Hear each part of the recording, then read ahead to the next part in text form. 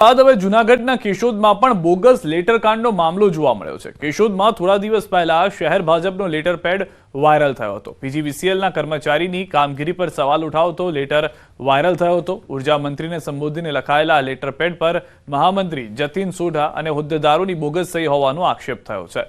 જતીન સોઢાએ પોતે સહી ન કરી હોવાની સ્પષ્ટતા કરી, સાથે જિલ્લા સંગઠન સામે પણ કાર્યવાહી ન કરી હોવાના આક્ષેપ કર્યા। ત્યારે બોગસ લેટરને લઈ હાલ સ્થાનિક રાજકારણ ગરમાયું છે। અને એ બાબતની મેં વારંવાર કેશોદ શહેર ભાજપ સંગઠનના પ્રમુખ પ્રવીણભાઈ ભાલારાને કહેલું કે ભાઈ આ રીતનો આપણા લેટર પેડનો દુરુપયોગ થયો છે તો આમાં આપણે કાયદેસરની કાર્યવાહી કરવી જોઈએ। આવતા દિવસોમાં કોઈ આપણા લેટર પેડનો દુરુપયોગ ન કરે, ખોટી સહીનો કોઈ દુરુપયોગ ન કરે। પરંતુ તેનો મને કોઈ જાતનો પ્રત્યુત્તર નથી મળ્યો કે ભાઈ આ રીતનું જો પાર્ટીમાં ચાલતું હોય અને કેશોદ શહેર સંગઠનના પ્રમુખ આમાં કોઈ જાતનો રસ ન દાખવો, તેથી કરીને મારે ના છૂટકે આજે આ કરવું પડે છે અને તેમાં મારી સહી ખોટી દુરુપયોગ કરવામાં આવ્યો છે। સમાચાર મંજૂરી વગરની દુકાનો પર તંત્રની તવાઈ, 12 દુકાનો પર ડિમોલિશનની કાર્યવાહી। ગેલેક્સી સિનેમા પાછળના વિસ્તારમાં મંજૂરી વગર ખડકી દેવાઈ હતી 12 દુકાનો। મહાનગરપાલિકા દ્વારા પોલીસ સાથે ડિમોલિશન કાર્યવાહી હાથ ધરાઈ છે। વહેલી સવારથી જામનગર મહાનગરપાલિકાની એસ્ટેટ વિભાગની ટીમ ડિમોલિશન માટે પહોંચી। જામનગર મહાનગરપાલિકા દ્વારા ગેલેક્સી ટોકીજ પાછળના વિસ્તારમાં આવેલી 12 જેટલી ગેરકાયદેસર દુકાનો છે તેને તોડી પાડવામાં આવી રહી છે। જે પ્રકારના દ્રશ્ય આપ જોઈ રહ્યા છો, વહેલી સવારથી જ અહીં મહાનગરપાલિકાના એસ્ટેટ વિભાગના અધિકારીઓ બુલડોઝર સાથે આવી પહોંચ્યા છે અને જે મંજૂરી વગરની ગેરકાયદેસર દુકાનો છે તે તોડવા ડિમોલેશન કાર્યવાહી છે તે હાથ ધરવામાં આવી છે। હાલ સવારથી જ અહીં જે પ્રકારે ડિમોલેશન કામગીરી છે તે હાથ ધરવામાં આવી છે। મહાનગરપાલિકાના અધિકારી પણ છે, એમની સાથે વાત કરીશું। શું કહેશો સાહેબ, કયા પ્રકારની કામગીરી?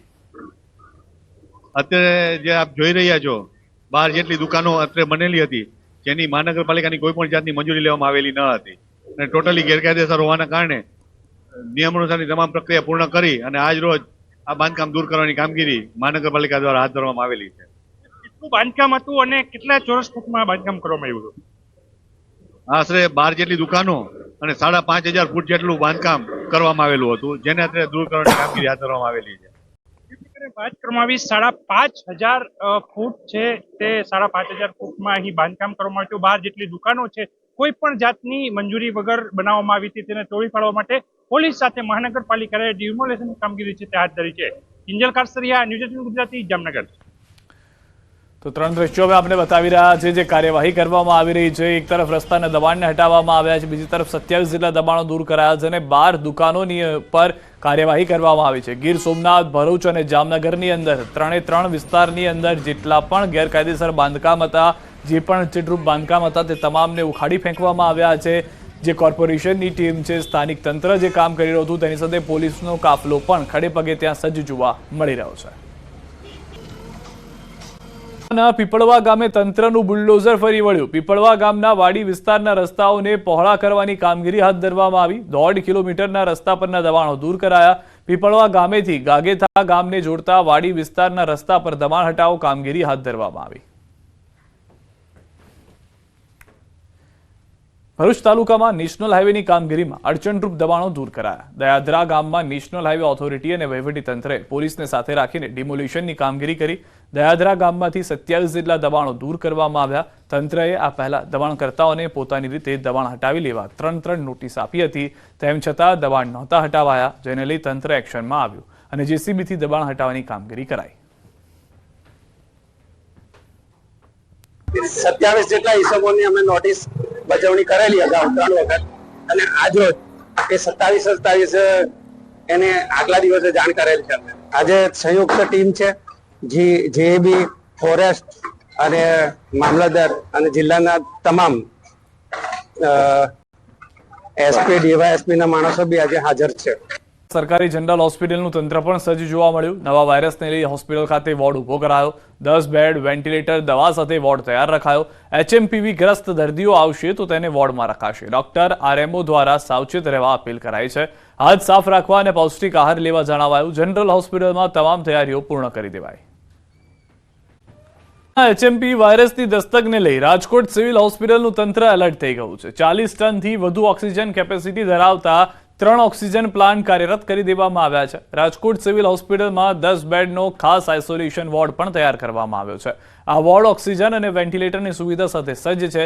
સાથે જ દવાનો પૂરતો સ્ટોક પણ ઉપલબ્ધ કરાવાયો છે. HMPના દર્દીઓ નોંધાય તો પૂરતી સારવાર મળી રહે તે માટે હોસ્પિટલમાં તમામ પ્રકારની સુવિધા ઊભી કરવામાં આવી છે. HMPV વાયરસને લઈને રાજકોટનું સિવિલ તંત્ર છે તે એલર્ટ છે. રાજકોટ સિવિલ હોસ્પિટલ ખાતે 10 બેડની વોર્ડ છે તે કાર્યરત કરી દેવામાં આવ્યો છે. તો બીજી તરફ જે ઓક્સિજન પ્લાન્ટ છે તેમની પણ સંપૂર્ણ તૈયારી કરી દેવામાં આવી છે. જેટલા પણ પેશન્ટ અહીંયા આવે, કદાચ જે કોરોના જેવી કોઈ સ્થિતિ ઊભી થાય તો પણ તેને પહોંચી વળાય, ઓક્સિજનની કોઈ ઘટ ન સર્જાય એટલા માટે ઓક્સિજન પ્લાન્ટ છે તે પણ જે છે અત્યારે કાર્યરત કરી દેવામાં આવ્યા છે. ખાસ કરીને રાજકોટ સિવિલ હોસ્પિટલમાં કોરોના સમયે જે છે અલગ અલગ ઓક્સિજન પ્લાન્ટ જે વસાવવામાં આવ્યા હતા. 3 જેટલા ઓક્સિજન પ્લાન્ટ છે તે અત્યારે અહીંયા કાર્યરત છે. આ ઉપરાંત 40 ટન જેટલો ઓક્સિજન છે તે જે કહી શકાય કે તેમની સંગ્રહ કેપેસિટી પણ ધરાવે છે. ખાસ કરીને જે કદાચ કોઈ પરિસ્થિતિ વણસે છે તો તેને લઈને પણ આરોગ્ય વિભાગ છે તેમના દ્વારા તમામ તૈયારીઓ પણ જે શરૂ કરી દેવામાં આવી છે. અહીંયા જેટલા પણ પેશન્ટ આવે તેમને ઓક્સિજનની ઘટ ન સર્જાય તે માટેની એક વિશેષ વ્યવસ્થા કરાઈ હોવાનું પણ જાણવા મળી રહ્યું છે. અપીલ કથાકાર મોરારી બાપુએ જનતાને કરી છે અપીલ. HMP થી બહુ સાવધાન રહેજો. મોરારી બાપુએ કહ્યું કે ભયંકર નથી પણ પૂરતી સાવધાની જરૂરી છે. રામકથામાં ઉપસ્થિત શ્રોતાઓને પણ કરી અપીલ. અપીલ કરતા બાપુએ કોરોનાનો પણ ઉલ્લેખ કર્યો હતો.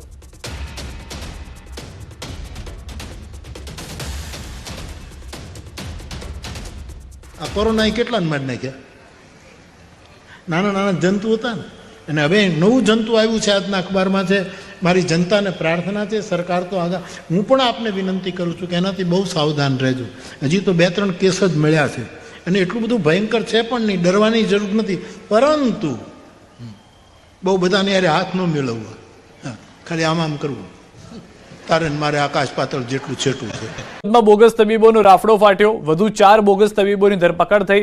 અલગ અલગ ક્લિનિક પર પોલીસની તપાસ. જિલ્લામાં આરોગ્ય વિભાગની ટીમને સાથે રાખીને કાર્યવાહી કરવામાં આવી. મેડિકલ ડિગ્રી વિના એલોપેથીની પ્રેક્ટિસ કરતા એલોપેથી દવાનો જથ્થો તેમજ મેડિકલ સાધન સામગ્રી સહિતનો મુદ્દામાલ જપ્ત કરવામાં આવ્યો.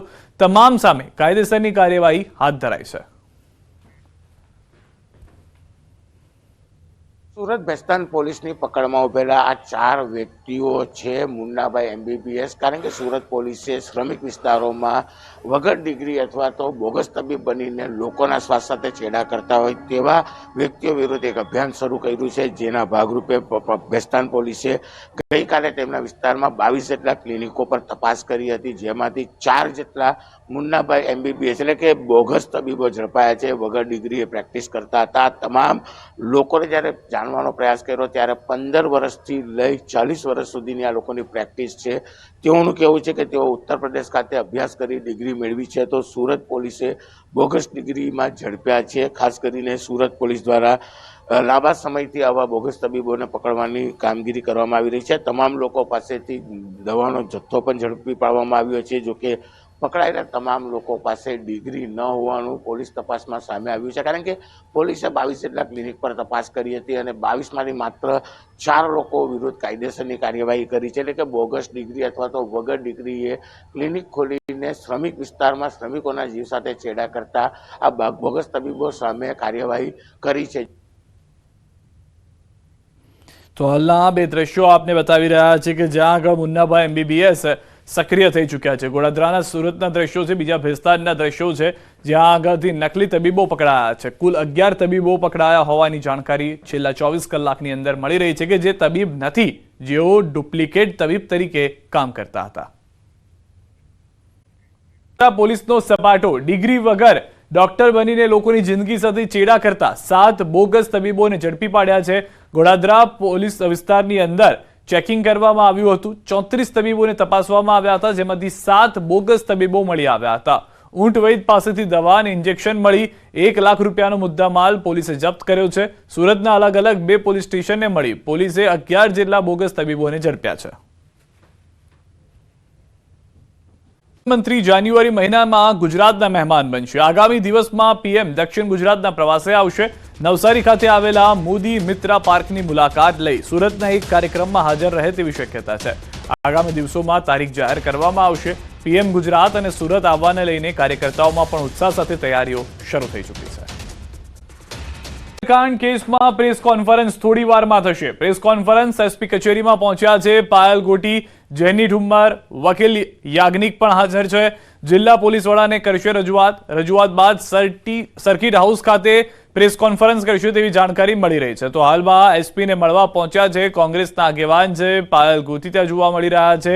તેમની સાથે તેમના વકીલ પણ ઉપસ્થિત રહ્યા છે અને જે જાણકારી છે તે પ્રમાણે અહીંયાની મુલાકાત ખતમ થતાની સાથે જ તેઓ સર્કિટ હાઉસ જશે અને સર્કિટ હાઉસમાં ગયા બાદ પ્રેસ કોન્ફરન્સનું પણ આયોજન કરવામાં આવ્યું છે, જેમાં અનેક સવાલો છે જેના જવાબ આપવામાં આવશે તેવું લાગી રહ્યું છે. કારણ કે જે મેડિકલ ચેકઅપ છે તે કરાવવામાં નથી આવ્યું. સીસીટીવી ફૂટેજ જે નવા હાથ લાગ્યા છે 2 અલગ અલગ દિવસના, જેમાં ખુદ પાયલ કુરિયર કરતી જોવા મળી રહી છે. એક વખત નાણાંથી ચૂકવણું રોકડાથી કરે છે, બીજી વખત ડિજિટલ પેમેન્ટ કરવામાં આવે છે. તો આ તમામ મહત્વના મુદ્દાઓ એક બાદ એક પોલીસ તપાસમાં જાણવા મળી રહ્યા છે. મુદ્દાઓને લઈને ચર્ચા એસપી સાથે પણ થતી હશે.